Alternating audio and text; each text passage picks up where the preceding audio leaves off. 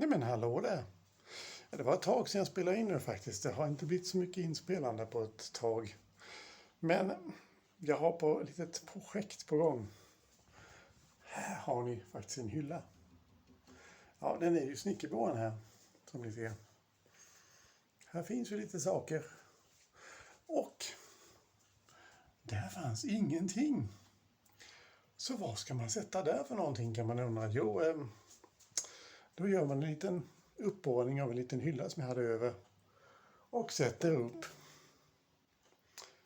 mina oljeburkar här. Ja, de är ju tomma så det går inte att...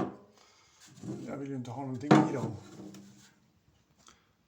Tycks. En styck.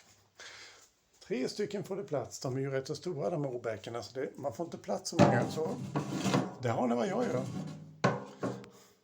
Hyllmontering. Rätt så bra va?